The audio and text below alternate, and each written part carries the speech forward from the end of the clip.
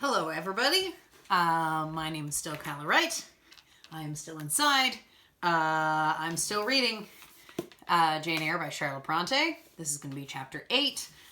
This is still for my mom, for Jill Thompson, for her birthday, which is actually, I'm doing all these videos ahead of time, but the birthday is actually coming up now, so I better get cracking, because there are many more chapters than 8 in this book. Yeah, let's get started. Chapter 8.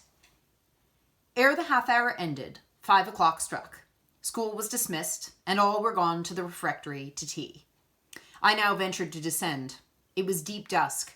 I retired into a corner and sat down on the floor. The spell by which I had been so far supported began to dissolve. Reaction took place, and soon, so overwhelming was the grief that seized me, I sank prostrate with my face to the ground. Now I wept. Helen Burns was not here. Nothing sustained me. Left to myself, I abandoned myself, and my tears watered the boards. I had meant to be so good, and to do so much at Lowood, to make so many friends, to earn respect and win affection. Already I had made visible progress. That very morning I had reached the head of my class. Miss Miller had praised me warmly. Miss Temple had smiled approbation. She had promised to teach me drawing and to let me learn French if I continued to make similar improvements 2 months later. And then I was well received by my fellow pupils, treated as an equal by those of my own age, and not molested by any. And now here I lay again, crushed and trodden on. And could I ever rise more? Never, I thought, and ardently I wished to die. While sobbing out this wish in broken accents, someone approached. I started up. Again, Helen Burns was near me. The fading fires just showed her coming up the long, vacant room. She brought me my coffee and my bread. "Come, eat something," she said, but I put both away from me, feeling as if a drop or a crumb would have choked me in my present condition. Helen regarded me, probably with surprise. I could not now abate my agitation, though I tried hard. I continued to weep aloud.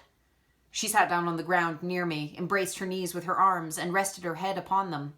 In that attitude she remained, silent as an Indian. I was the first who spoke. "Helen, why do you stay with a girl whom everybody believes to be a liar?" "Everybody, Jane? Why, there are only 80 people who have heard you called so, and the world contains hundreds of millions." "But what have I to do with millions? The 80 I know despise me."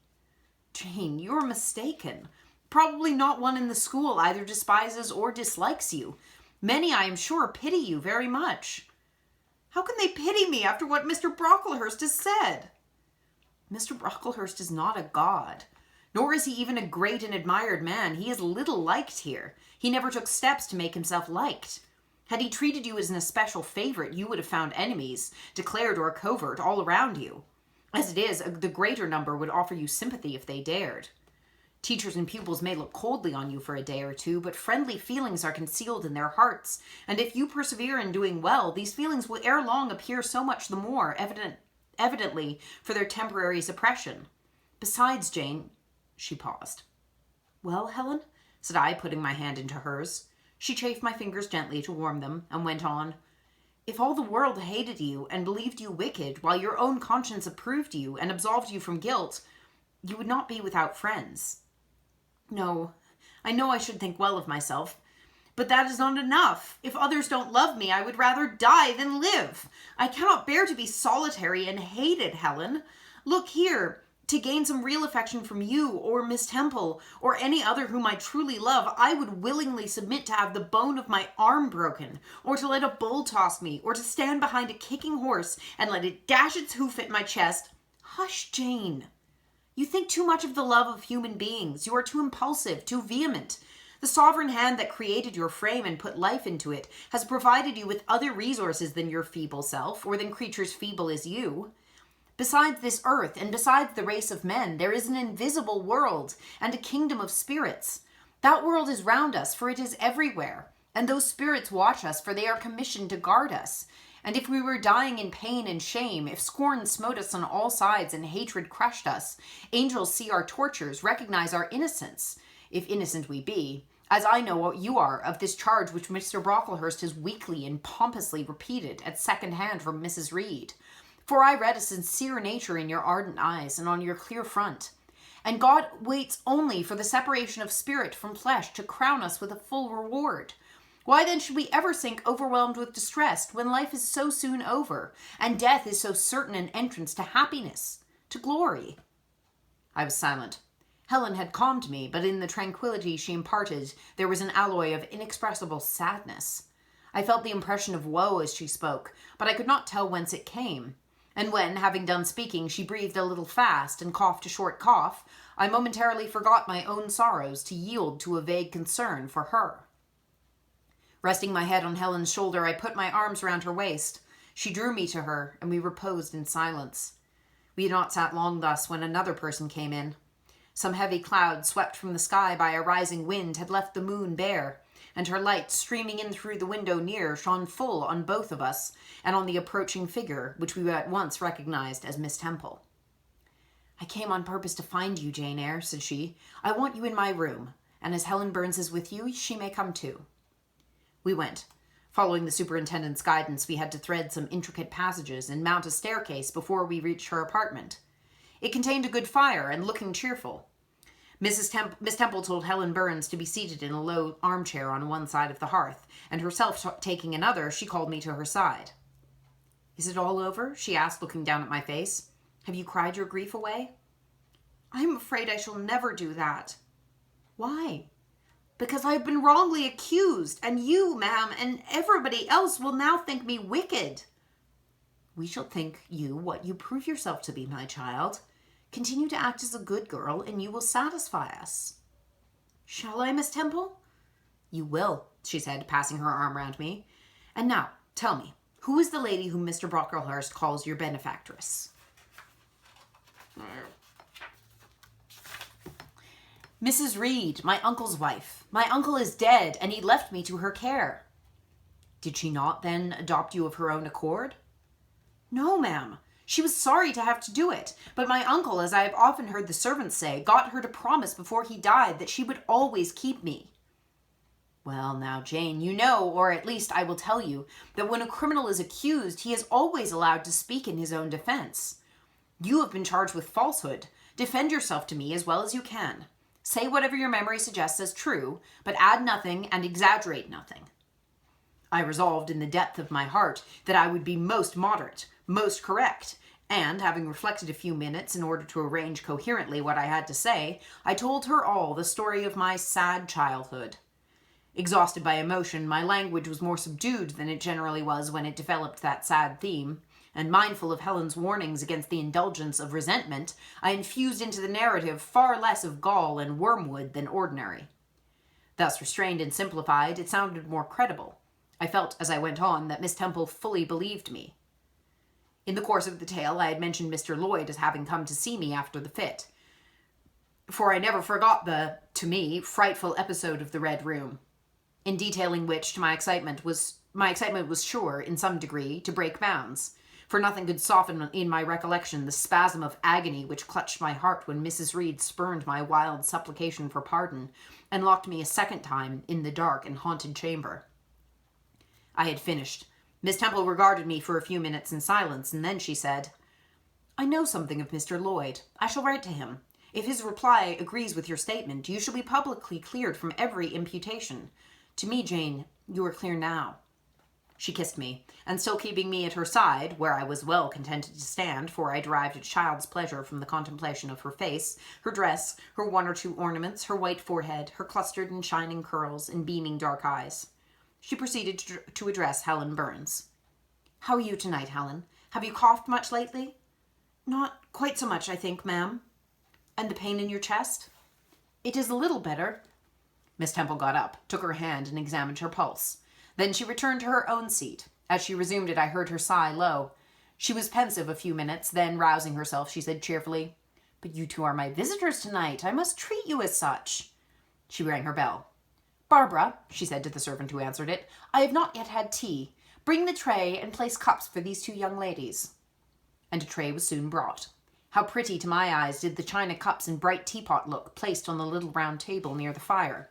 How fragrant was the steam of the beverage and the scent of the toast, of which, however, to my dismay, for I was beginning to be hungry, discerned only a very small portion. Miss Temple discerned it too. "Barbara," said she, "can you not bring a little more bread and butter? There is not enough for 3. Barbara went out. She returned soon. "Madam, Miss Harden says she has sent up the usual quantity." Miss Harden, be it observed, was the housekeeper, a woman after Mr. Brocklehurst's own heart, made up of equal parts of whalebone and iron. "Oh, very well," returned Miss Temple. "We must make do, Barbara, I suppose."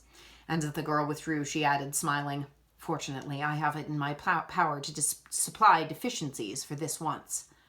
Having invited Helen and me to approach the table and placed before each of us a cup of tea with one delicious but thin morsel of toast, she got up, unlocked a drawer, and taking from it a parcel wrapped in paper, disclosed presently to our eyes a good-sized seed cake.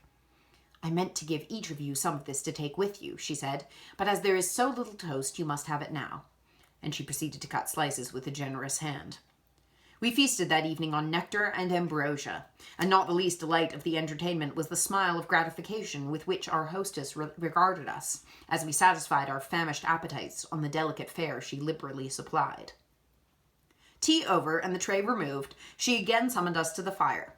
We sat one on each side of her, and now a conversation followed between her and Helen, which it was indeed a privilege to be admitted to hear. Miss Temple had always something of serenity in her air, of state in her mien, of refined propriety in her language, which precluded deviation into the ardent, the excited, the eager. Something which chastened the pleasure of those who looked on her and listened to her by a controlling sense of awe, and such was my feeling now. But as to Helen Burns, I was struck with wonder. The refreshing meal, the brilliant fire, the presence and kindness of her beloved instructress, or perhaps, more than all these, something in her own unique mind, had roused her powers within her. They woke, they kindled. First they glowed in the bright tint of her cheek, which till this hour I had never seen but pale and bloodless. Then they shone in the liquid luster of her eyes, which had suddenly acquired a beauty more singular than that of Miss Temple's. A beauty neither of fine color nor long eyelash nor penciled brow, but of meaning, of movement, of radiance. Then her soul sat on her lips, and language flowed, from what source I cannot tell. Has a girl of 14 a heart large enough, vigorous enough, to hold the swelling spring of pure, full, fervid eloquence? Such was the characteristic of Helen's discourse on that, to me, memorable evening. Her spirit seemed hastening to live within a very brief span as much as many live during a protracted existence. They conversed of things I had never heard of nations and times past, of countries far away, of secrets of nature discovered or guessed at. They spoke of books, how many they had read, what stores of knowledge they possessed. Then they seemed so familiar with French names and French authors. But my amazement reached its climax when Miss Temple asked Helen if she sometimes snatched a moment to recall the Latin her father had taught her, and taking a book from a shelf, bade her read and construe a page of Virgil. And Helen obeyed, my organ of veneration expanding at every sounding line. She had scarce finished ere the bell announced bedtime. No delay could be admitted. Miss Temple embraced us both, saying as she drew us to her heart, "God bless you, my children." Helen she held a little longer than me. She let her go more reluctantly. It was Helen her eye followed to the door. It was for her she a second time breathed a sad sigh. For her she wiped a tear from her cheek. On reaching the bedroom, we heard the voice of Miss Scatcherd. She was examining drawers. She had just pulled out Helen Burns, and when we entered, Helen was greeted with a sharp reprimand and told that tomorrow she should have half a dozen of untidy folded articles pinned to her shoulder. "My things were indeed in shameful disorder," murmured Helen to me in a low voice. "I intended to have arranged them, but I forgot." Next morning, Miss Scatcherd wrote in conspicuous characters on a piece of pasteboard the word slattern, and bound it like a phylactery round Helen's large, mild, intelligent, and benign-looking forehead. She wore it till evening, patient, unresentful, regarding it as a deserved punishment. The moment Miss Scatcherd withdrew after afternoon school, I ran to Helen, tore it off, and thrust it into the fire. The fury of which she was incapable had been burning in my soul all day, and tears, hot and large, had continually been scalding my cheek, for the spectacle of her sad resignation gave me an intolerable pain at the heart. About a week subsequently to the incidents above narrated, Miss Temple, who had written to Mr. Lloyd, received his answer, It appeared that what he said went to corroborate my account.